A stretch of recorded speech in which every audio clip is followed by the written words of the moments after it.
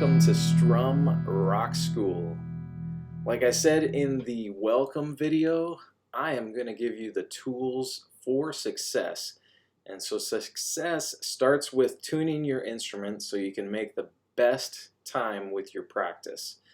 So your bass guitar should look something like this, like the headstock should look something like this. If it doesn't, mine looks like this. And let's jump into tuning. The order of the strings is going to be E, A, D, and G. So this is the 4-string bass. There's other lessons out there for 5-string and 6-string, but we are beginners lessons, so we're just going to start out with a 4-string. Start with that low E.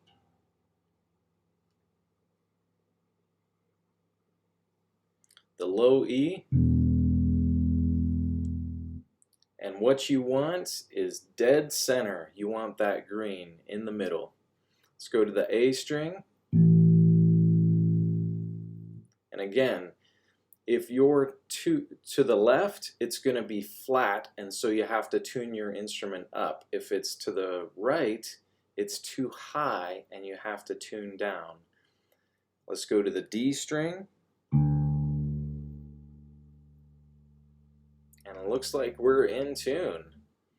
And the G. Super easy. So take your time tuning it up. Sometimes the instrument or the tuner can be a little finicky. So just take your time, do it right, because when you start practicing, it's going to make a world of difference having an instrument that's in tune. So let's get to your next lesson.